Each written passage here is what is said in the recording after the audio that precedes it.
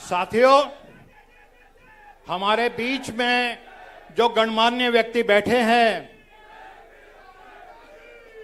श्री बुद्धराम मुंडा जी, जो कि बिरसा मुंडा परिवार से हैं, उनके ग्रैंडसन हैं, हमारे बीच में उपस्थित हैं। फ्रीडम फाइटर जनाब अमानत अली साहब, हमारे बीच में पद्मश्री मुकुंद नायक जी उपस्थित हैं, हमारे बीच में दयामणि बरला जी हैं, हमारे बीच में थियोडोर किडो साहब हैं, डॉक्टर नाबोर लाकड़ा एसजे साहब हैं, आरपी रंजन साहब हैं, जनाब अली अनवर अंसारी साहब जो कि एक्स एमपी भी हैं, वो हमारे बीच में हैं। सरिता कुमारी जी हमारे बीच में हैं, छोटेलाल महतो जी हैं, राजेश गुप्ता जी हैं। अब कार्यक्रम के अगले सत्र में राहुल जी द्वारा अगले ये पटके वटके ले जाओ आप। सबसे पहले मैं चाहूंगा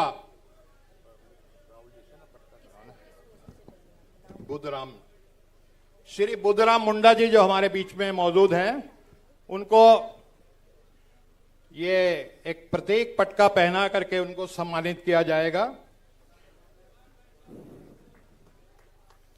इसके बाद मैं चाहूंगा हमारी टीम को कि हमारे बीच में अमानत अली साहब हैं, जो कि वयोवृद्ध स्वतंत्रता सेनानी हैं, जिन्होंने एक समय में गांधी जी के साथ, नेहरू जी के साथ आजादी की लड़ाई लड़ी और उनके साथ विधायक भी रहे। हमारे बीच में पद्मश्री मुकुंद नायक जी मौजूद हैं। मुकुंद जी, अशोक जी,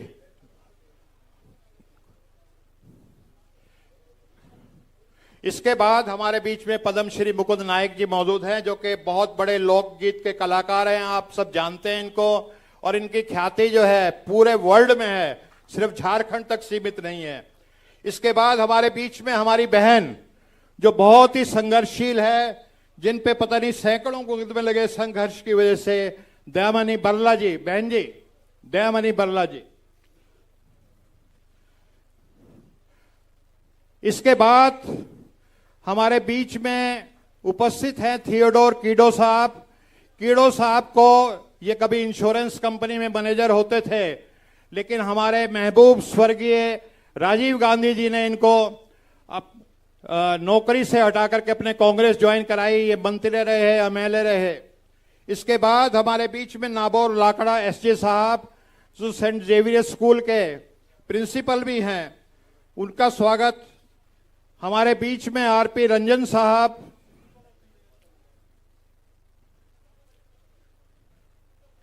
शंभू पासवान जी, अशोक जी इधर। हमारे बीच में हमारी बहन सरिता कुमारी हैं, जो कुमार समाज की महिला अध्यक्ष हैं, और बच्चों के एजुकेशन के लिए इन्होंने एक बहुत बड़े 50,000 1 लाख लोगों का ग्रुप बनाया, जो 21 रुपए पर मंथ देते हैं अपने समाज के लिए। हमारे बीच में जनाब अली अनवर साहब हैं, जिन्होंने जब नीतीश जी ने एनडीए छोड़ी, मोदी जी का साथ किया, तो इन्होंने नीतीश जी को छोड़ करके ये इस तरफ आ गए थे।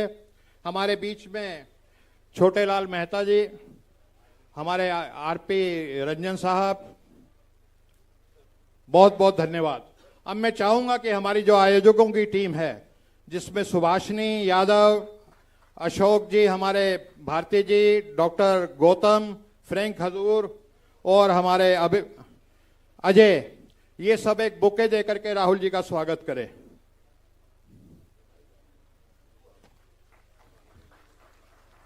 हमारे बीच में जो ये इवेंट हो रहा है, ये public school and children welfare association Jharkhand, उसके तत्वाधान में हो रहा है। उसके हमारे साथी हैं आलोक कुमार दुबे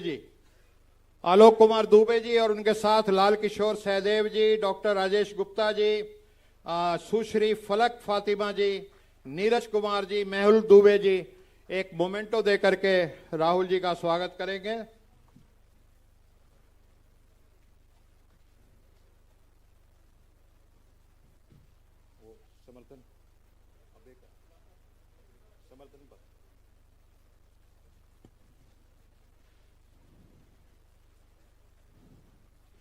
साथियों, समय कम है और उस कम समय में हम चाहते हैं कि हम ज़्यादा से ज़्यादा राहुल जी को सुने। तो मैं इस कार्यक्रम को बहुत लंबा नहीं करूंगा, लेकिन एक छोटी सी 1 मिनट की कविता में स्वागत मैं सुभाषिनी जी से अनुरोध करूंगा कि वो एक कविता में स्वागत राहुल जी के स्वागत में करें। जोहार साथियों, जिन नारों को सुनकर हम लोग बड़े हुए, उसकी मैं कल्पना आज जो करती हूं वो कुछ इस तरह है। अगर आज स्वर्गीय राम मनोहर लोहिया जी होते जीवित, तो उस नारे और उस कविता की क्या कल्पना होती, उसकी एक छोटी सी प्रस्तुति करना चाहूंगी। गांधी ने बांधी गांठ, पिछड़ा पावे 100 में 60। राजपाट है किसके हाथ, तानाशाह और बलशाली। बलशाली की क्या है पहचान, खिटपिट बोले करे न काम।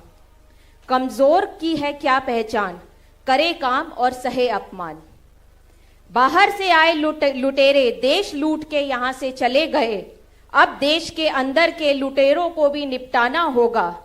चंद पूंजीपतियों से काम नहीं चलेगा, उनका नाम नहीं होगा, फिर से देश गुलाम नहीं होगा। राजा का बेटा हो या चपड़ासी की हो संतान, हो अंबानी अडानी या गरीब का बेटा, सबकी शिक्षा एक समान। जाति जनगणना जो ना कर सके वो सरकार निकम्मी है, जो सरकार निकम्मी है वो सरकार। जाति जनगणना जो ना कर सके वो सरकार निकम्मी है, जो सरकार निकम्मी है वो सरकार बदलनी है। जुल्म करो मत, जुल्म सहो मत, जीना है तो मरना सीखो, कदम कदम पर लड़ना सीखो, नफरत के बाजार में मोहब्बत की दुकान खोलना सीखो। साथियों, राहुल गांधी ने बांधी गांठ, पिछड़ा पावे 100 में 60। मैं चाहूंगी आप लोग ये दोहराइए, राहुल गांधी ने बांधी गांठ, पिछड़ा पावे। बहुत बहुत धन्यवाद। धन्यवाद सुभाषिनी जी। अब मेरे हाथ में एक ये एनवलप है, और ये एनवलप है जिसमें लगभग 200 सामाजिक संगठन जो दलितों के लिए, मूल निवासियों के लिए, पिछड़ों के लिए, अल्पसंख्यकों के लिए, गरीबों के लिए काम करते हैं, उन संगठनों ने इस सम्मेलन के लिए अपना समर्थन दिया है। तो ये सारे समर्थन पत्र मैं आप सबकी तरफ से राहुल जी को देना चाहता हूं।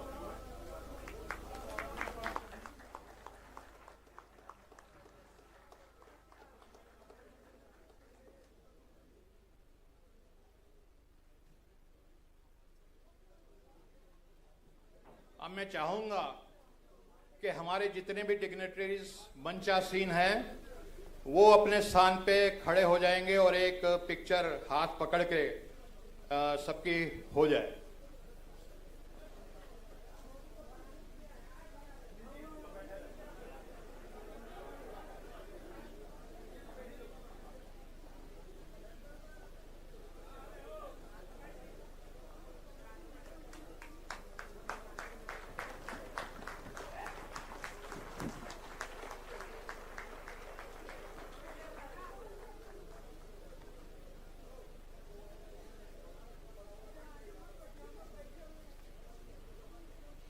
न्याय योद्धा राहुल जी, आपके आने से पहले इस सम्मेलन में विभिन्न श्रेणियों को लेकर के, हमारे दलितों को लेकर के, ओबीसी को लेकर के, हमारे अल्पसंख्यक समुदाय को लेकर के और मूल निवासियों को लेकर के एक लंबे पैनल डिस्कशंस हुए। उस पैनल डिस्कशंस का जो सार है, मैं अनुरोध करूंगा कि उस पैनल डिस्कशन के सार के लिए सबसे पहले थियोडोर कीरो साहब आप आए और वो बहुत ही संक्षिप्त में, आप समझ रहे हैं कि बहुत कम समय यहां आकर के उस पैनल डिस्कशन का सार रखेंगे, समरी।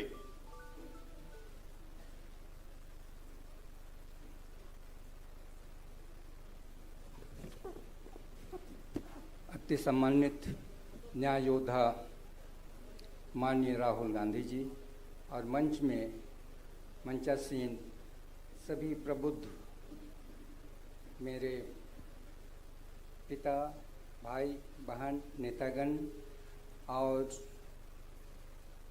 सामने इस सभागार में सभी सम्मानित प्रबुद्ध नेतागण, सामाजिक कार्यकर्ता मन, प्रिय भाइयों बहनों और प्रेस के बंधुगण, मैं आदिवासी समाज के प्रबुद्ध वक्ताओं द्वारा जो वो बातें रखी गई हैं उनको मैं एक एक लाइन में सम्मानित राहुल जी के सामने रखना चाहता हूं। नंबर 1, राज्य में 5वीं अनुसूची पेशा कानून के अक्षरशः अनुपालन। दूसरा, सरना धर्म कोड की मांग। तीसरा, CNTSPT कानून का सख्ती से अनुपालन। चौथा, झारखंड में केंद्रीय आदिवासी विश्वविद्यालय की स्थापना। पांचवा, विस्थापितों और मजदूरों के लिए उपयुक्त नीति की जरूरत। छठा, भूयहर, मुंडा, उरांव सहित कतिपय जातियों को ST लिस्ट में शामिल करने पर विचार आदि विषयों पर चर्चाएं की गई। बहुत बहुत धन्यवाद। जोहार। अब मैं अनुरोध करूंगा RP रंजन साहब से कि जो हमारे शेड्यूल कास्ट दलित भाइयों की समस्याओं को लेकर के चर्चाएं हुई, उनका बहुत ही संक्षिप्त में आप समरी रखें।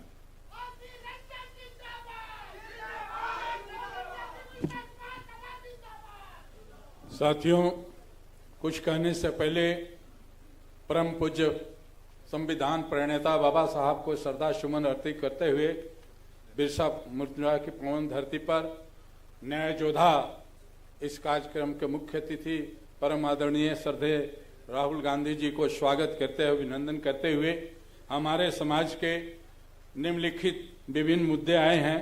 झारखंड राज्य में अनुसूचित जातियों का आबादी लगभग 60 लाख है और जनगणना 1911 हुआ था, उसमें 11.12 था, लेकिन आज 24 हो गया है, लगभग 16 से 17% है जिस इनका भागीदारी नहीं मिल रही है।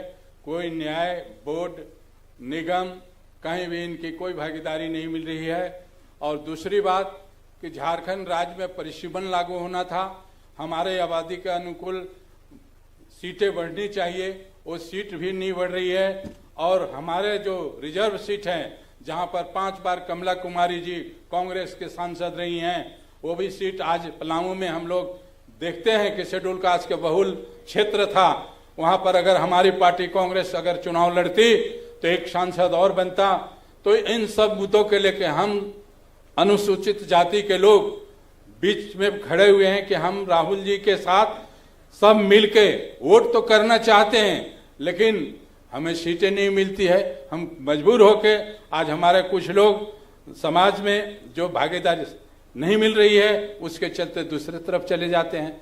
दूसरी बात, झारखंड में 60 लाख आबादी है, 50% लैंडलेस है, जिनके पास रहने के लिए आवास नहीं, सरकारी जमीनों में रहते हैं, उनको कोई विकल्प नहीं है, उनकी डोमिसाइल नहीं बनती है, नौकरी चाकरी में भागीदारी नहीं हो पा रही है।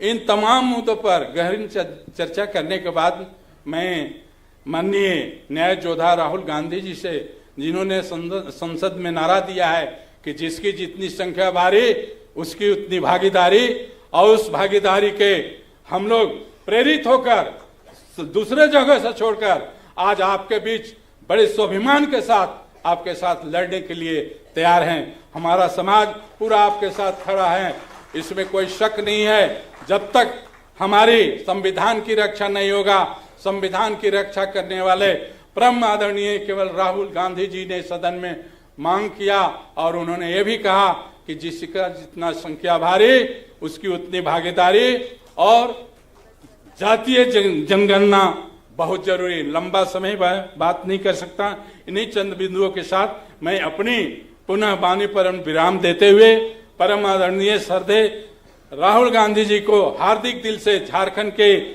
धरती पर अभिनंदन और सहयोग के लिए हम लोग समर्पित हैं। कोटि कोटि उनका धन्यवाद जो हम लोग को अवसर दिया है और एक परिवार बना दिया। SC ST OBC आज एक मंच पर बैठ के आपके बीच में हम लोग अपनी मुद्दा को रखा है। इन्हीं चंद शब्दों के साथ जय भीम, जय झारखंड, राहुल गांधी जिंदाबाद, राहुल गांधी जिंदाबाद। धन्यवाद, जय हिंद। जिंदाबाद जिंदाबाद। अब मैं निवेदन करूंगा राजेश गुप्ता जी, जो ओबीसी के मुद्दों को लेकर के 20 सालों से पूरे झारखंड में लड़ाई लड़ते रहते हैं। राजेश गुप्ता जी आए और जो ओबीसी मुद्दों को लेकर के हमारा पैनल डिस्कशन हुआ है उसकी एक संक्षिप्त समरी वो राहुल जी के समक्ष रखें। धन्यवाद माननीय डॉक्टर अनिल जी। जय हिंद सर। कुछ भी कहने से पहले देश में सभी महापुरुषों को नमन करता हूं। आज संविधान सम्मान सम्मेलन के मुख्य अतिथि मान्यवर राहुल गांधी जी को वेलकम करते हुए मंच पर उपस्थित सभी साथियों और आगंतुक सभी को स्वागत है।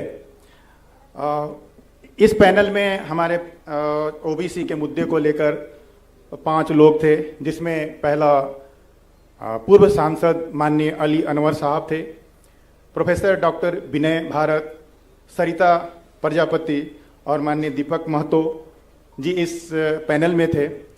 और पैनल में जो बातें प्रमुख रूप से मैं भी था, उसमें एक बात आई है कि पूरे देश में एससी एसटी की जितनी आबादी उतना आरक्षण है और ईडब्ल्यूएस जो अगड़ी जाति हैं उनकी आरक्षण उतना ही है, तो फिर ओबीसी के साथ अन्याय क्यों? जिसकी आबादी 50% है तो 50% आरक्षण मिलना चाहिए। और साथ में ये प्रमोशन में रिजर्वेशन ओबीसी को चाहिए, क्योंकि केंद्र में 90 में 3 जो सचिव हैं या राज्यों में, कारण यही है कि प्रमोशन में रिजर्वेशन नहीं मिलता है। तो प्रमोशन में रिजर्वेशन की बात है। ओबीसी की स्वतंत्र मंत्रालय होनी चाहिए, जिस तरह से एससी एसटी का स्वतंत्र मंत्रालय है, ओबीसी की स्वतंत्र मंत्रालय हो। आपको जानकारी होगी कि इस राज्य में 14% आरक्षण है। जब बिहार से झारखंड अलग हुआ था 27% मिलते थे, अभी 14% है। 7 जिले में ओबीसी का आरक्षण शून्य है, जो बहुत बड़ा दुर्भाग्य है। और ईडब्ल्यूएस का सभी जगह 10% है। हमारे देश में जितने भी सरकारी जो केंद्रीय विश्वविद्यालय हैं, वहां पर 1% भी प्रोफेसर नहीं हैं, और एनएफएस के तहत उनको रोकने का काम केंद्र सरकार बराबर कर रही है। हम मांग करते हैं कि मंडल कमीशन की जो अनुशंसाएं लागू हुई है, जिससे करोड़ों लोगों के ये खुशहाली आई है, घर में मुस्कान हुई है, लोगों का जीवन स्तर बढ़ा है, जिस मात्र 2 ही अनुशंसाएं लागू हुई है, और भी जो 40 अनुशंसाएं हैं उसको लागू करने का काम किया जाए। और अंत में इस राज्य में प्रतिनिधित्व आबादी 55% है राज्य पिछड़ा वर्ग आयोग के अनुसार। हम लोगों ने आंदोलन किया था, एक देश में एकमात्र राज्य झारखंड है कि राज्य पिछड़ा वर्ग आयोग ने 36 से 50% ओबीसी का आरक्षण देने की जो है अनुशंसा की है, देश में एकमात्र है, लेकिन हमको अभी तक ये लागू नहीं हुआ है। हमें राजनीतिक भागीदारी भी चाहिए। राजनीतिक भागीदारी से हमारा समाज ज्यादा जुड़ा होता है। तो हम यही मांगों के साथ अपनी बात को समाप्त करता हूं। धन्यवाद। जय ओबीसी, जय संविधान। धन्यवाद राजेश गुप्ता जी। और अब मैं निवेदन करूंगा, हमारे बीच में एक बहुत ही लेखक, चिंतक और सोशलिस्ट फैक्टर मैगजीन के एडिटर फ्रैंक हजूर साहब हैं, जो माइनॉरिटीज को लेकर के पैनल डिस्कशन हुआ उससे बहुत ही संक्षिप्त में फ्रैंक हजूर साहब अपनी बात रखते हैं। बहुत बहुत शुक्रिया doctor Jayant sir. Honourable leader of opposition Rahul Gandhi ji, जो मेन एंग्जाइटी, जो मेन चिंता निकल कर आई इस पैनल डिस्कशन में, जिसमें कि रिप्रेजेंटेशन हमने माइनॉरिटीज़ के हर सेगमेंट को दिया। मुसलमान भाई भी थे, क्रिश्चियन कम्युनिटी से भी रिप्रेजेंटेशन रहा, फादर सेंट यूनिवर्स कॉलेज के प्रिंसिपल रहे, सरदार ज्योति सिंह माथुरा भी थे, इब्रार अहमद थे, मुख्तार अहमद थे। मेन जो कंसर्न सर आया उनके बीच से वो ये है कि कॉन्स्टिट्यूशन के आर्टिकल 30 सेक्शन 1, आर्टिकल 32 और आर्टिकल 29, जिसमें कि रिलीजियस और लिंग्विस्टिक माइनॉरिटीज़ के जो एक्चुअल कॉन्स्टिट्यूशनल राइट्स हैं कि वो अपने कल्चरल और एजुकेशनल इंस्टीट्यूशंस को बहुत ही सुचारू तरीके से चला सकें, उस पर किसी तरह का डिस्क्रिमिनेशन न हो, जो हमने इंश्योर किया कॉन्स्टिट्यूशन में बाबा साहब ने और जवाहरलाल नेहरू ने अपनी फर्स्ट गवर्नमेंट से ही। उसमें उन्हें लग रहा है कि कुछ डिस्क्रिमिनेशन हो रहा है, फेवरेटिज्म कहीं हो रही है। उसके अलावा उर्दू और स्कूलों को झारखंड में बिल्कुल ही क्लोजर का सामना करना पड़ रहा है, जो ऑफ कोर्स आर्टिकल 347 और 350A का वॉयलेशन है कॉन्स्टिट्यूशन का। साथ ही साथ हमारे बहुत ही खास एक बहुत ही एक्सपीरियंस्ड कैंपेनर सहाफ़ी यहाँ भी हमारे साथ पैनल में थे, जिनका नाम सैयद सरोज कमर है, जो 40 साल से सहाफ़त में एक बड़ा नाम है झारखंड की सरजमी पर। उनका कहना है कि मॉब लिंचिंग को लेके खासकर झारखंड में पिछले 8 सालों में मोर देन 1.5 डजन लिंचिंग हुई है मुसलमान भाइयों की। तो उसके लिए आप कोशिश करें कि ऐसी गारंटी मिले अमेंडमेंट में या लेजिस्लेशन के थ्रू, ताकि इस पे लगाम लग सके। Thank you very much. ये मेन चिंता थी सर। थैंक यू फ्रैंक हजूर साहब। और आप जैसा कि आप देख रहे हैं, हमारे बीच में झारखंड की शान पद्मश्री मुकुंद नायक जी मौजूद हैं। तो वो हमारे बीच में मौजूद हों और अब उनको ना सुने, ऐसा तो हो नहीं सकता। तो मैं उससे दरख्वास्त करूंगा कि 5 या 10 मिनट के लिए कृपया आएं और हमें अपने लोकगीतों से परिचय कराएं।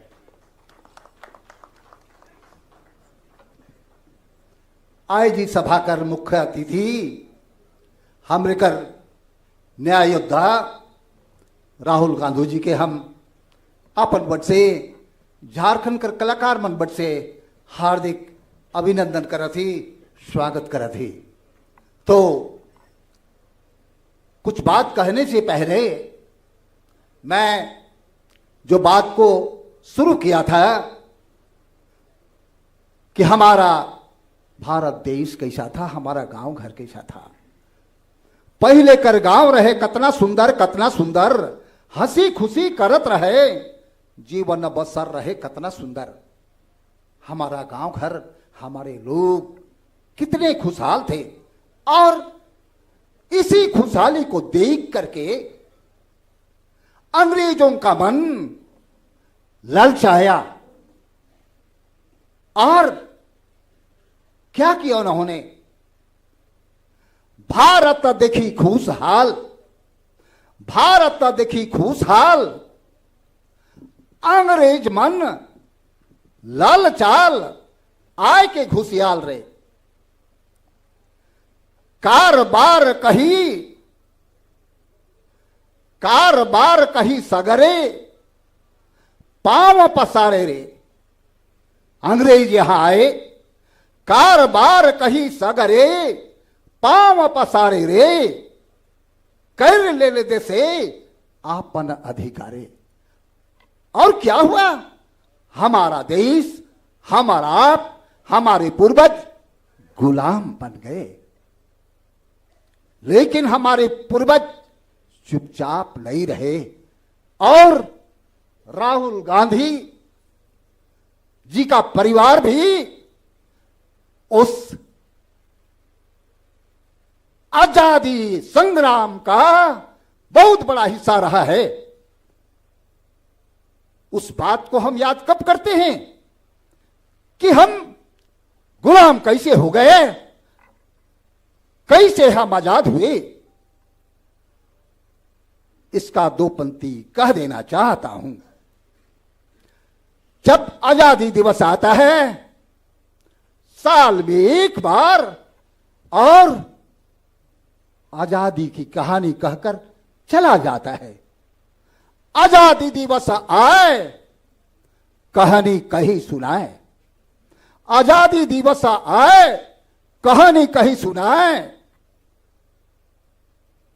गुलामी से मुक्ति ले, बिगुला बजाए, दीना सुबह चली आए। तिरंगा आकाशे देखो लहराए, तिरंगा आकाशे देखो लहराए। वो तिरंगा क्या ऐसे मिला है? नहीं। कितने युवा युवती, बच्चे, बुजुर्ग अपने जिंदगी को आहुति दे दी, तब ये आजादी मिला है, ये तिरंगा मिला है। और आजाद भारत को चलाने के लिए बाबा साहब भीमराव अंबेडकर के नेतृत्व में कई प्रबुद्धजन संविधान को बनाया। भारत के देश को खुशहाल करने के लिए, यहां की आम जनता को सही रूप से जीवन निर्वाह के लिए संविधान बना करके लागू किया गया।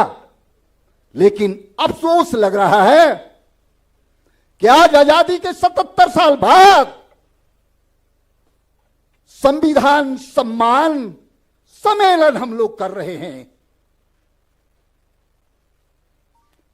लगता है यह बहुत चिंता की बात है। चलिए, मैं ज्यादा भाषण नहीं दूंगा। मैं एक कलाकार हूं। संविधान में प्रोविजन है कि किसी भी क्षेत्र के बोली, भाखा, गीत, संगीत, अखड़ा, धुमकारियों को बचाना है, बढ़ाना है। लेकिन आज विकास के आंधी में, ग्लोबलाइजेशन के क्रम में क्या हो रहा है? नो डाउट हम भारत को विकसित बनाने के मुहिम में हैं। विकसित बनना चाहिए, लेकिन जब तक एक एक तत्व मानव का संरक्षित नहीं होगा, एक एक व्यक्ति जब तक खुशहाल नहीं होगा, तो उस विकसित भारत का कोई औचित्य नहीं है।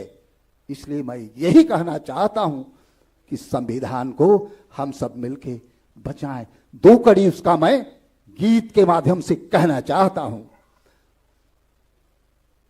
राहुल साहब कहा थी जे बात सके सुनो तरी ध्यान से, कहा थी जे बात सके सुनो तरी ध्यान से, भारतीय संविधान के मिल के बचाए दो, मिल के बढ़ाए दो। भारतीय संविधान के मिल के बचाए दो, मिल के बढ़ाए दो। What ever I am saying, these are not only my words, these are my pain which I am kicking in front of us, you. What I am saying, please listen carefully and please save, protect our Indian constituency and please promote, take ahead our constitution.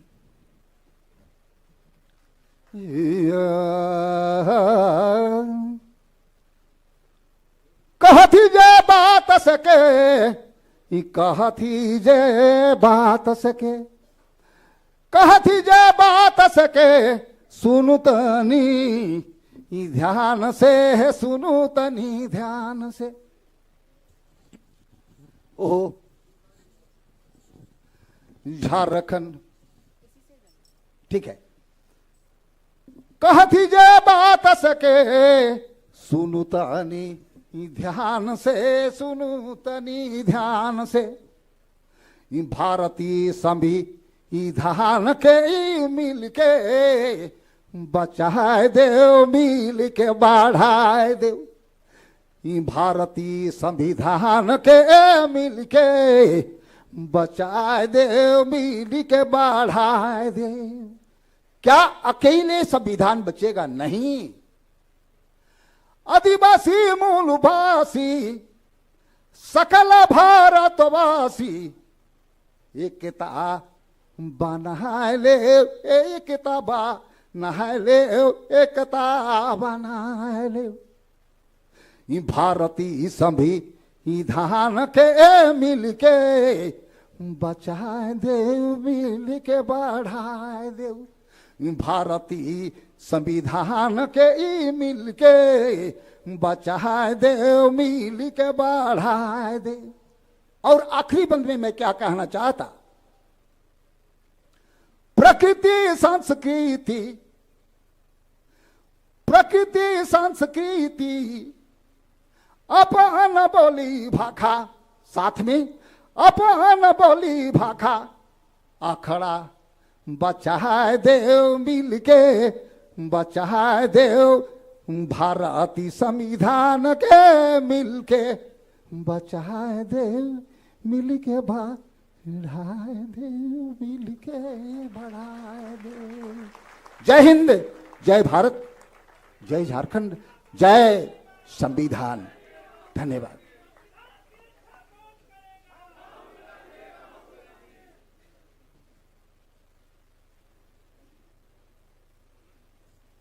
बहुत बहुत धन्यवाद पद्मश्री मुकुंद नायक जी। आपने बहुत ही सुंदर स्वर में दिल को छू लेने वाली प्रस्तुति की और संविधान की रक्षा की बात की।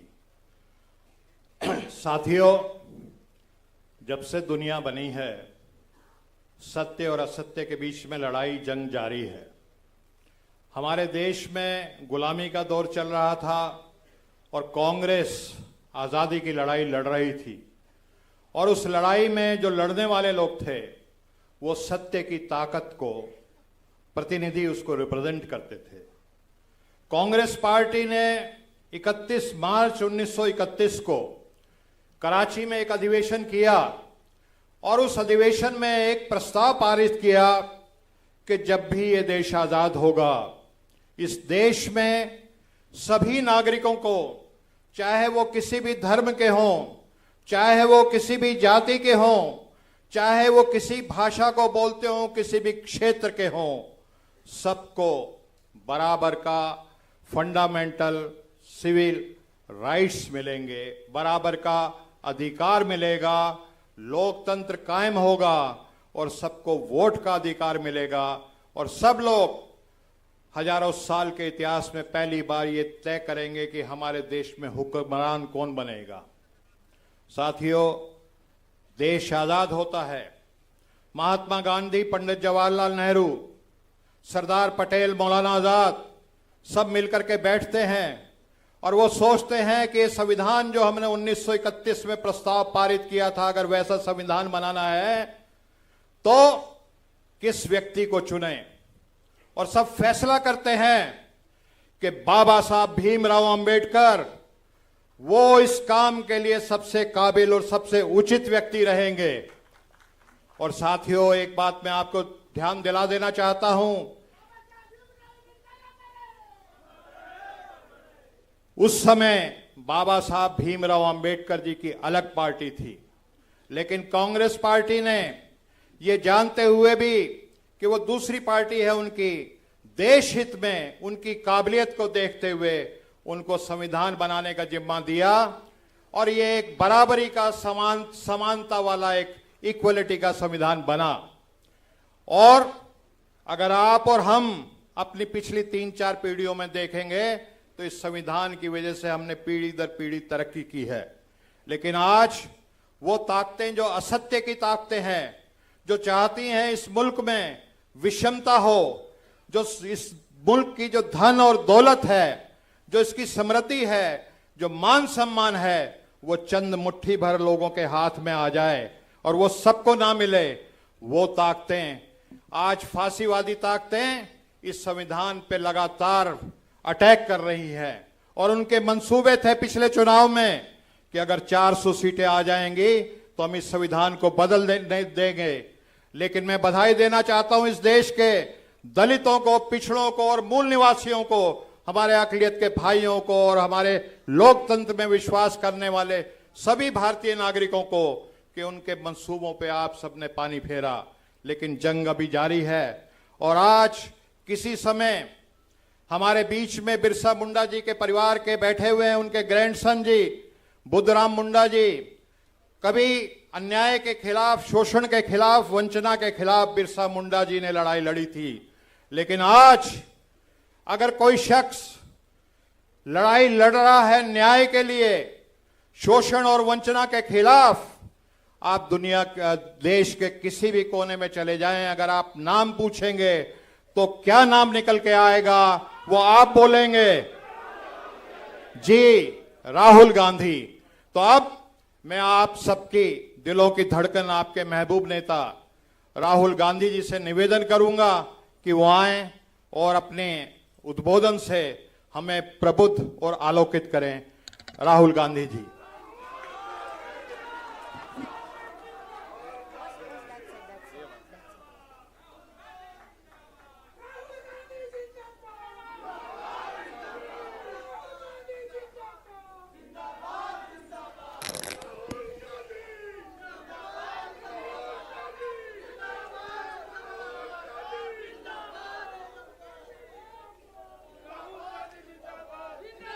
बुद्धराम मुंडा जी, फ्रीडम फाइटर जनाब अमावत अली जी, अनिल जयहिंद जी, दयामणि बारला जी, थियोडोर किडो जी, फादर नबोर लाखरा जी, आरपी रंजन जी, अर्जुन राम भूया जी, शंभू पासवान जी, अली अनवर अंसारी जी, सरिता कुमारी प्रजापति जी, छोटेलाल महतो जी, राजेश गुप्ता जी। भाइयों और बहनों, आप सबका यहां बहुत बहुत स्वागत, नमस्कार। कैसे हैं आप?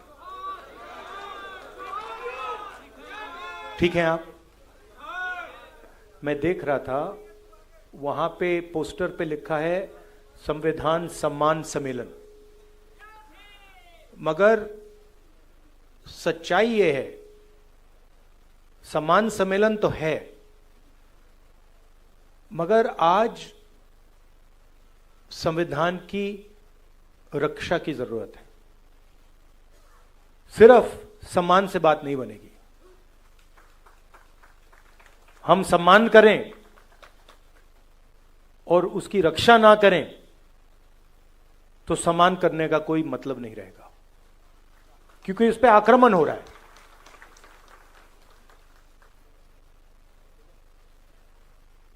जबरदस्त आक्रमण हो रहा है, चारों तरफ से आक्रमण हो रहा है। सिर्फ एक व्यक्ति, मोदी जी, अमित शाह जी, सिर्फ एक दो व्यक्ति आक्रमण नहीं कर रहे हैं, अलग अलग फोर्सेस, अलग अलग शक्तियां इस पर आक्रमण कर रही हैं। कोई आगे से, कोई पीछे से, कोई साइड से, कोई ऊपर से, और इनका लक्ष्य है कि संविधान किसी ना किसी तरीके से या खत्म हो जाए या फिर खोखला बना दिया जाए।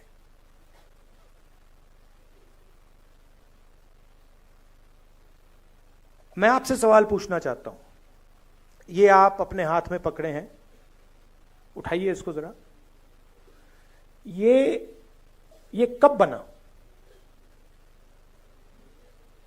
ये कब बना?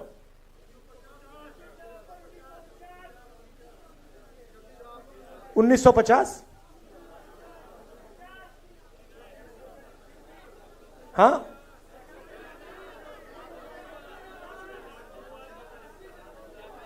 किस साल बना ये? एक व्यक्ति बोलिए, एक व्यक्ति बोलिए, आप बोलिए। 1949, कोई कह रहा है 1950, कोई कह रहा है 1949, कोई कह रहा है 1947। ठीक है, तो मैं आपसे अब दूसरा सवाल पूछता हूं। अगर बिरसा मुंडा जी नहीं होते तो यह बनता? अगर नारायण गुरु जी नहीं होते तो यह बनता? अगर बसवना जी नहीं होते तो यह बनता? अंबेडकर जी नहीं होते तो यह बनता?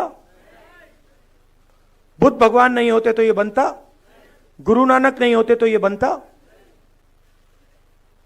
तो ये कितना पुराना है?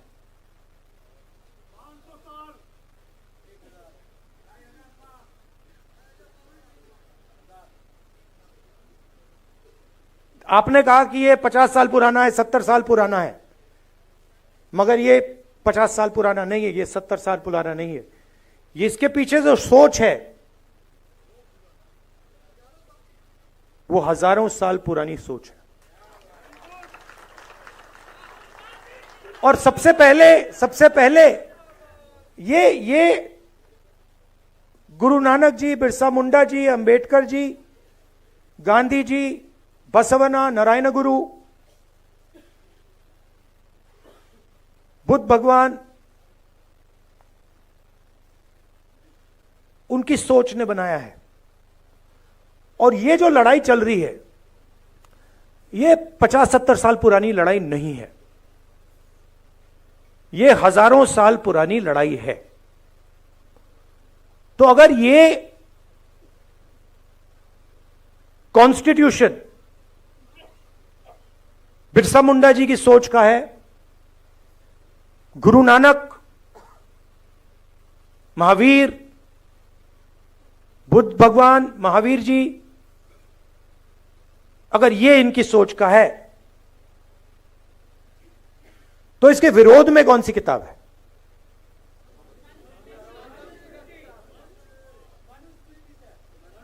मनुस्मृति। ये जो लड़ाई चल रही है, और आपको ये गहराई से समझना होगा, ये लड़ाई कॉन्स्टिट्यूशन और मनुस्मृति के बीच में लड़ाई चल रही है। और ये नई लड़ाई नहीं है, ये हजारों सालों से लड़ाई चल रही है। अंबेडकर जी ने कहा एजुकेट, ऑर्गेनाइज, एजिटेट, कहा।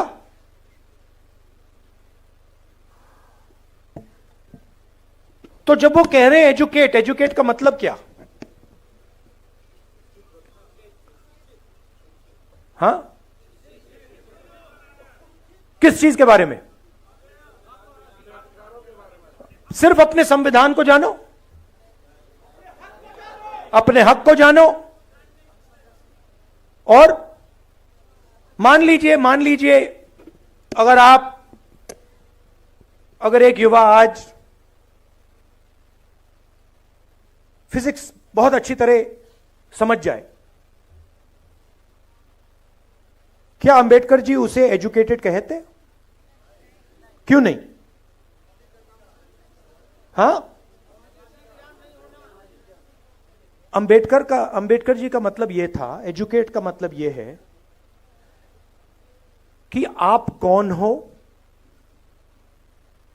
आप कहां खड़े हो, आपके चारों ओर क्या हो रहा है,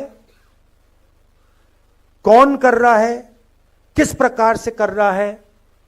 एजुकेट का यह मतलब है। एजुकेट का मतलब यह नहीं कि आप कॉलेज में चले गए, आपने फिजिक्स की डिग्री ले ली, आपको अपना इतिहास नहीं मालूम, आपको अपनी हिस्ट्री नहीं मालूम, आपको अपनी समाज में जगह नहीं मालूम, तब आप एजुकेटेड नहीं हो। अब आज क्या हो रहा है मैं आपको बताता हूं। जब बीजेपी के लोग आदिवासी को वनवासी कहते हैं, तो वो क्या करने की कोशिश कर रहे हैं? आपका जो इतिहास है, आपका जीने का तरीका है, आपकी फिलॉसफी है, आपकी साइंस है, मेडिकल साइंस है, जिसको आप हजारों साल से चला रहे हो, उसको वो खत्म करने की कोशिश कर रहे हैं। वो आपसे कह रहे हैं कि देखिए, आदिवासी का मतलब क्या? आदिवासी का मतलब जो सबसे पहले मालिक थे। वनवासी का क्या मतलब है? जो जंगल में रहते हैं। देखिए फर्क, देखिए, मान लीजिए यहां पे आप लोग बैठे हो और ऑडिटोरियम में आप सबसे पहले आए, ऑडिटोरियम आपने बनाया, ऑडिटोरियम की जमीन आपकी, और मैंने आपसे कहा भैया आप वनवासी हो। इसका क्या मतलब है? जंगल में जाओ, ऑडिटोरियम तुम्हारा नहीं है, इसका यह मतलब है। तो जब ये शब्द का प्रयोग करते हैं आदिवासी वनवासी, ये सिर्फ एक शब्द नहीं है, ये आपकी पूरी हिस्ट्री है। मैं हिंदुस्तान के एजुकेशन सिस्टम में पढ़ा हूं, स्कूलिंग मेरी पूरी हिंदुस्तान में हुई।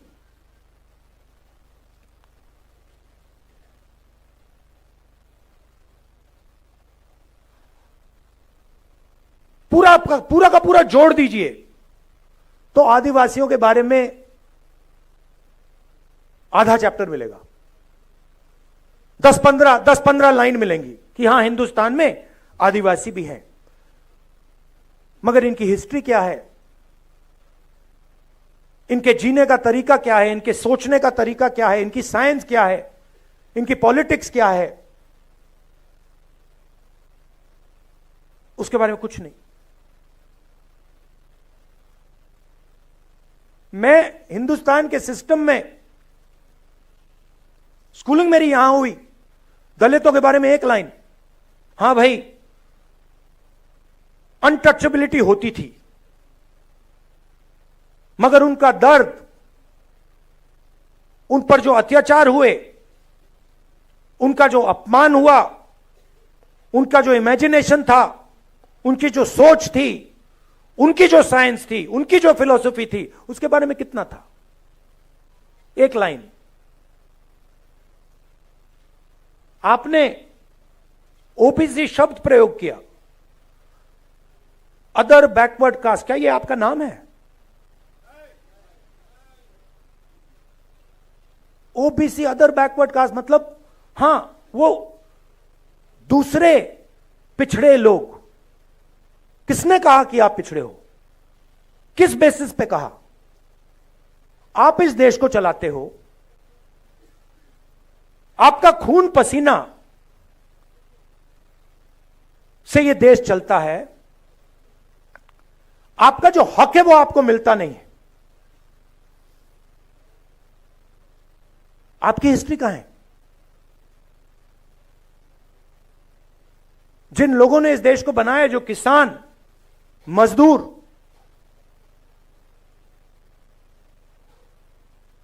बढ़ई, नाई, मोची, इनकी हिस्ट्री कहां है? कहां लिखा है? फाड़ दिया गया। जैसे कि हिंदुस्तान के 90% लोग हैं ही नहीं।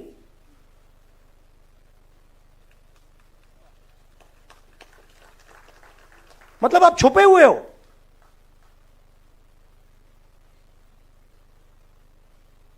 हिंदुस्तान के कॉर्पोरेट्स में देखिए आप, 250 कॉर्पोरेट्स की मैंने लिस्ट निकाली। कहां मैं देखता हूं भाई 90% आबादी में से यहां कितने हैं? 250 सबसे बड़ी कॉर्पोरेट्स में, मालिकों में, सीईओज में, सीनियर मैनेजमेंट में आपको एक ओबीसी नहीं मिलेगा, एक दलित नहीं मिलेगा, एक आदिवासी नहीं मिलेगा। करेक्ट? मैं यहां झूठ बोलने थोड़ी आया हूं। हलवा बांट रहे हैं वही, हलवा खा रहे हैं वही। अब उसमें एक और बात है, उसमें बेचारे गरीब जनरल कास्ट के भी लोग हैं 5-7%, उनको भी हलवा नहीं मिल रहा। आप ब्यूरोक्रेसी में देखिए। बहुत अच्छा लगा आपने 90 में से 3 की बात की। 90 में से 3 ओबीसी, 3 दलित, 1 आदिवासी। दलित की आबादी 15%, आदिवासियों की आबादी 8%, ओबीसी की आबादी कोई जानता नहीं है, कोई नहीं जानता। हम कह सकते हैं कि तकरीबन 50%।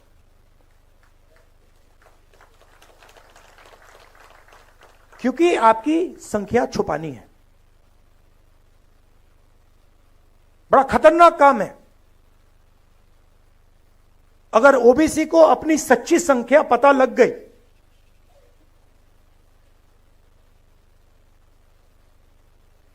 नब्बे में से 3, 50% आबादी, 90 में से 3। और अगर हिंदुस्तान की सरकार में 100 रुपए खर्च होते हैं तो 50% को 100 में से 100 रुपए में से 5 रुपए का निर्णय लेने का मौका मिलता है। 3 अफसर उनको पीछे बैठा रखा है। आपको कोई ओबीसी, दलित, आदिवासी फाइनेंस मिनिस्ट्री में नहीं मिलेगा, डिफेंस मिनिस्ट्री में, बड़ी बड़ी मिनिस्ट्री में कहीं नहीं मिलेगा। पीछे बैठा हुआ है। 100 रुपए में से 5 रुपए का निर्णय ओबीसी अफसर लेते हैं, 100 रुपए में से 1 रुपए का निर्णय दलित अफसर लेते हैं और 100 रुपए में से 10 पैसे का निर्णय आदिवासी अफसर लेते हैं। मतलब अगर हिंदुस्तान की सरकार 100 रुपए खर्च करती है तो 90% के लोग 6 रुपए 10 पैसे का निर्णय लेते हैं।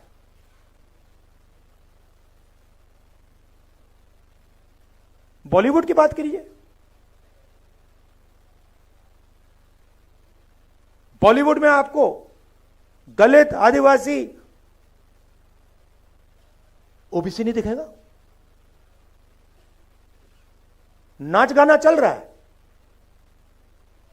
गाने बज रहे हैं, डांस हो रहा है, मगर 90% का कोई वहां नाच नहीं रहा। सच्चाई है ये।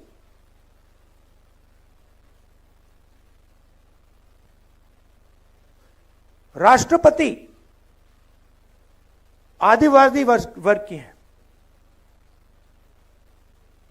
पहली बार राष्ट्रपति जी को आदिवासी वर्ग से बनाया गया, मगर जब पार्लियामेंट का उद्घाटन होता है तो उन्हें कहा जाता है कि आप आदिवासी हैं, आप अंदर नहीं आ सकती हैं।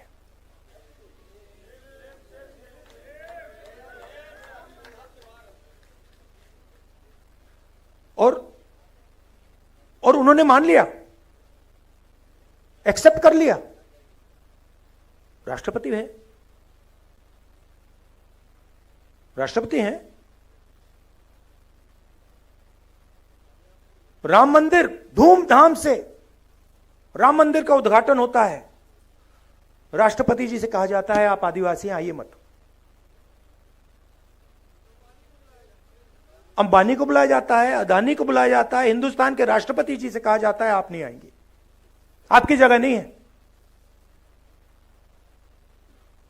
अगर यह संविधान पर आक्रमण नहीं है कि राष्ट्रपति जी पार्लियामेंट हाउस का उद्घाटन नहीं कर सकती, तो क्या है?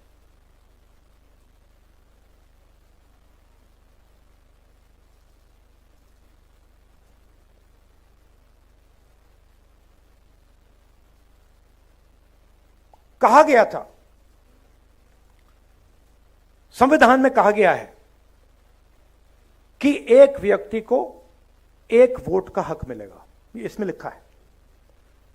और हिंदुस्तान का हर व्यक्ति एक जैसा है, कोई बड़ा नहीं है, कोई छोटा नहीं है, सबको वही हक मिलना चाहिए, कहा गया है।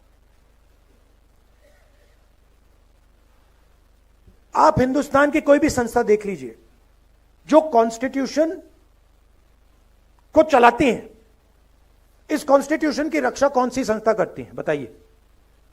मीडिया करती है इसका? मीडिया को करना चाहिए, करती है? नहीं। इलेक्शन कमीशन इसकी रक्षा करता है? नहीं करता है।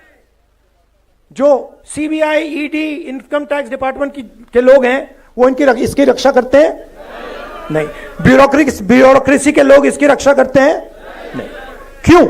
क्योंकि ये सारी की सारी संस्थाओं को बीजेपी ने कंट्रोल कर दिया है।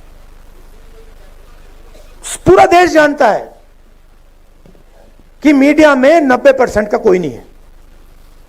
पत्रकारों को देखिए, एडिटर्स को देखिए, मालिकों को देखिए, मुझे बता दीजिए कौन सा अखबार है हिंदुस्तान में जिसको दलित, आदिवासी, पिछड़े वर्ग के लोग चला रहे हैं? मुझे बता दीजिए, मान जाऊं मैं, एक नहीं है।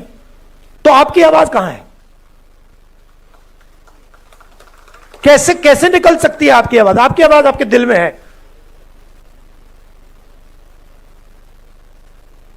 मगर हिंदुस्तान की संस्थाओं में नहीं है। Election commission, ministry, media, judiciary, कहां है आपकी आवाज? और फिर नरेंद्र मोदी जी कहते हैं मैं पिछड़ों का सम्मान करूंगा, दलितों का सम्मान करूंगा, आदिवासियों का सम्मान करूंगा। और फिर आपके हाथ से आपकी शक्ति छीन लेते हैं।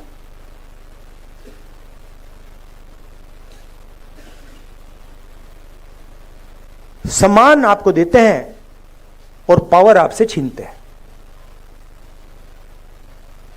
सम्मान आपको देते हैं और आपको हिंदुस्तान की संस्थाओं से बाहर निकाल देते हैं।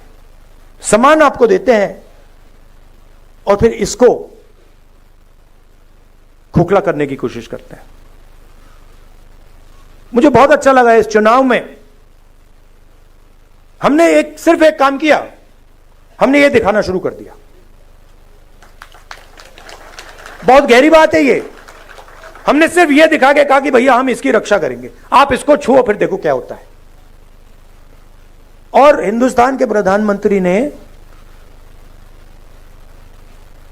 चुनाव के बाद ये किया। देश ने बता दिया कि आप जो कर रहे हो, जो आक्रमण आप बिरसा मुंडा जी की सोच पर कर रहे हो, गुरु नानक जी की सोच पर कर रहे हो, नारायण गुरु जी की सोच पर कर रहे हो, बसवना की सोच पर कर रहे हो, बुद्ध भगवान, फूले जी, इन सब की सोच पर जो आक्रमण कर रहे हो वो हम आपको करने नहीं देंगे। मगर उनके पास सब कुछ है, सच्चाई है। धन उनके पास, संस्थाएं उनके पास, मीडिया उनके पास, CBI, ED, income tax department. अब आप कहोगे भाई अगर सब कुछ उनके पास तो हमारे पास क्या है? हमारे पास सच्चाई है और हमें कुछ और नहीं चाहिए। आप ले लो, आप संस्थाएं ले लो, सब कुछ ले लो, धन ले लो, संस्थाएं ले लो, जब तक हमारे पास सच होगा सारा का सारा न्याय हमें मिलेगा। और यही इस चुनाव ने दिखाया है। हमारे पास मीडिया नहीं। मैं आपको बताऊं, कांग्रेस पार्टी के बैंक अकाउंट बंद कर दिए। बिना पैसे के कांग्रेस पार्टी ये चुनाव लड़ी है। आप सोचिए, हिंदुस्तान को लोकतांत्रिक देश कहा जाता है, सबसे बड़ी ऑपोजिशन पार्टी के बैंक अकाउंट बंद कर दिए, तब भी हम लड़े, सच्चाई के साथ लड़े, संविधान के साथ लड़े।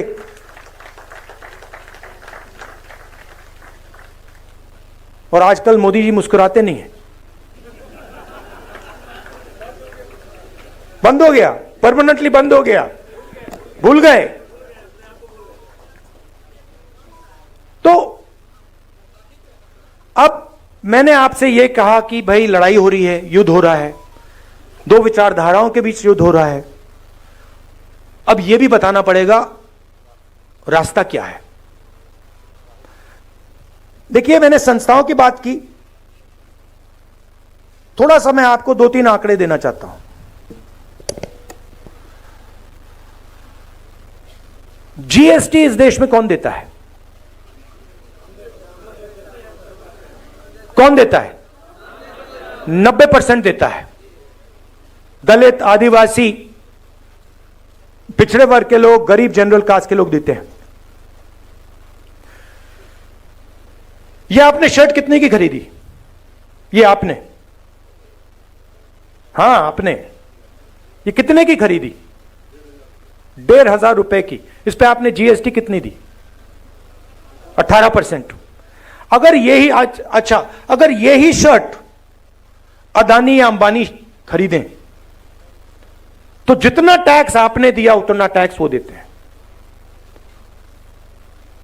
जीएसटी गरीब जनता से लिया जाता है, पिछड़ों से लिया जाता है, दलितों से लिया जाता है, आदिवासियों से लिया जाता है। अगर 100 रुपए आज हिंदुस्तान में अगर 100 रुपए टैक्स में लिए जाते हैं, 40 रुपए आम आदमी की जेब से निकलते हैं, 26 रुपए हिंदुस्तान की सबसे बड़ी कंपनियों से आते हैं।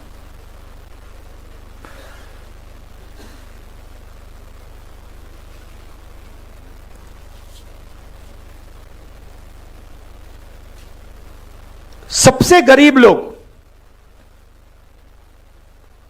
50% सबसे गरीब लोग 60% से ज्यादा जीएसटी देते हैं। सबसे अमीर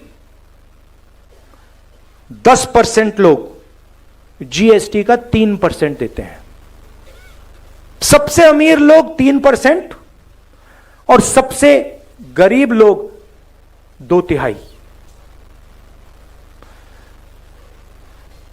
सबसे अमीर 1% के पास हिंदुस्तान का 40% धन है।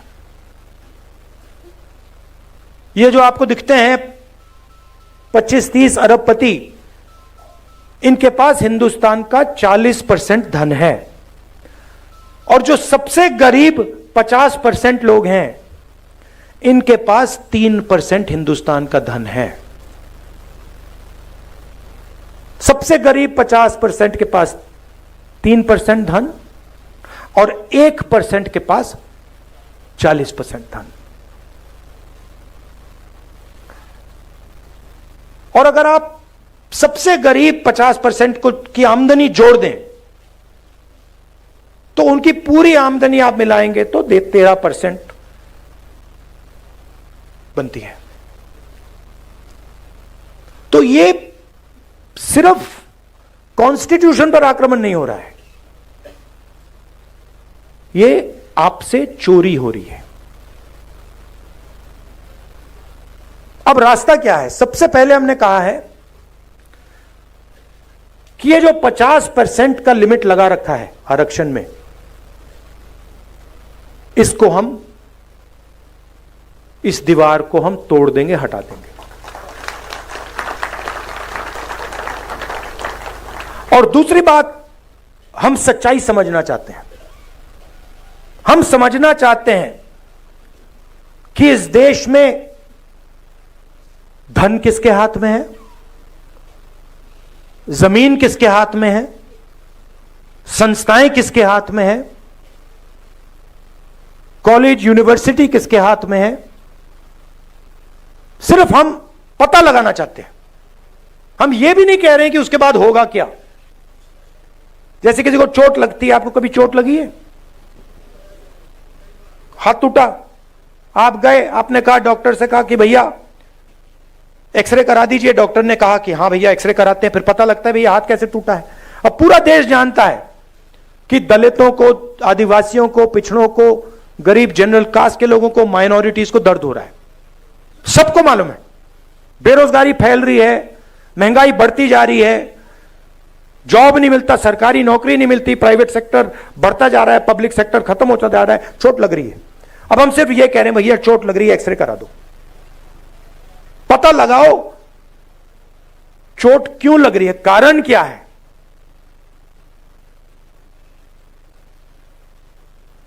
सामाजिक एक्सरे का माध्यम जाति जनगणना है। जाति जनगणना है। जनगणना में हम 2-3 चीजें पता लगाना चाहते हैं। सबसे पहले, किस देश में पिछड़े वर्ग के कितने लोग हैं? 10% हैं, 20 हैं, 30 हैं, 40 हैं, 50 हैं, 60 हैं, कितने हैं? दलित, आदिवासी, माइनॉरिटी, गरीब जनरल कास्ट के लोग कितने हैं? पहली बात। दूसरी बात, हिंदुस्तान की संस्थाओं में किसकी कितनी हिस्सेदारी है? लीगल सिस्टम में किसकी हिस्सेदारी है? जुडिशरी में किसकी हिस्सेदारी है? ब्यूरोक्रेसी में किसकी हिस्सेदारी है? कॉर्पोरेट इंडिया में किसकी हिस्सेदारी है? हमारे संस्थाओं में किसका कंट्रोल है? मीडिया में कितने लोग हैं? 90% से। कॉर्पोरेट इंडिया में कितने लोग हैं, बड़ी बड़ी ब्यूरोक्रेटिक पोजीशंस में कितने लोग हैं, हिंदुस्तान में जो सेक्रेटरी लेवल के अफसर हैं उसमें कितने लोग हैं। हम एक्सरे करना चाहते हैं। अब अगर आप अस्पताल जाते और आप डॉक्टर से कहते भैया मेरा हाथ टूटा हुआ है, लग रहा है हाथ टूटा हुआ है, हिला नहीं पा रहा हूं, एक्सरे करवा दीजिए, और डॉक्टर आपसे कहता नहीं एक्सरे नहीं कराऊंगा, तो आप क्या करते? अब जब हम जाति जनगणना की बात कर रहे हैं, हम कह रहे हैं कि भैया एक्सरे कराइए, मोदी जी कहते हैं हम नहीं कराएंगे। कैसे नहीं कराओगे? अगर आप नहीं कराओगे हम कराएंगे। और मैं आपको बता रहा हूं, आप लिख के ले लो, जाति जनगणना को और ये जो 50% का बैरियर है ना, इसको अब कोई शक्ति नहीं रोक सकती है। जो करना है कर लो, जो करना है कर लो, आज नहीं तो कल। जो करना है कर लो, आज नहीं तो कल। जाति जनगणना, इंस्टीट्यूशनल सर्वे, 50% की जो दीवार है, ये कार्रवाई होगी ही होगी। मैं बता रहा हूं, मैं 20 साल के बाद राजनीति को समझता हूं। जो ये 90% को छुपाया जा रहा है, मिटाया जा रहा है, इनकी हिस्ट्री को खत्म किया जा रहा है, 90% में बहुत शक्ति है। आपके पास मीडिया नहीं है, मीडिया नहीं है आपके पास जुडिशरी नहीं है, आपके पास ब्यूरोक्रेसी नहीं है, मगर सच्चाई आपके साथ है। और यह काम मिलकर होगा, यह बंटने से काम नहीं होने वाला है। एक आवाज से मिलकर यह काम करना पड़ेगा, और यह काम मैं आपके साथ करने वाला हूं। यह मैं आपसे कहना था, मैं आपसे यह कहना चाहता था, सबसे जरूरी चीज, चाहे जाति जनगणना हो, चाहे 50% का बैरियर हो, सबसे जरूरी चीज इसको बचाने का है। अगर यह हाथ से निकल गया, अगर यह खोखला हो गया, अगर यह खत्म हो गया, तो फिर कुछ नहीं रहा। तो सबको सबसे पहले इसकी रक्षा करनी है, संविधान की, बिरसा मुंडा जी की सोच की, आदिवासियों की सोच की, अंबेडकर जी की सोच की, गांधी जी की सोच की, गुरु नानक, जो नाम आपको मैंने बताए। और यह मत सोचिए कि यह लड़ाई 70 साल पुरानी है, यह लड़ाई हजारों साल पुरानी है, यह लड़ाई चलती जाएगी और इसको हम जीतने जा रहे हैं। धन्यवाद।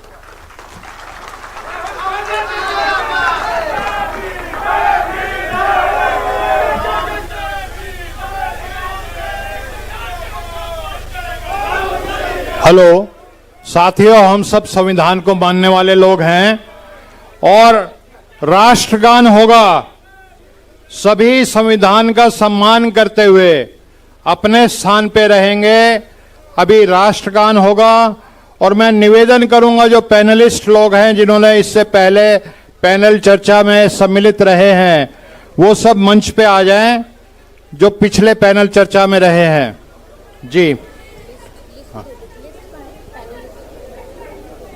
अपने स्थान पे रहें। हम संविधान का सम्मान करने वाले लोग हैं। राष्ट्रगान होगा, अपने स्थान पे बने रहें। राजेश गुप्ता जी तो स्टेज, अनली अनवर, विनय भारत आ जाएंगे, सब आ जाएंगे। सरिता प्रजापति जी, आरपी रंजन साहब।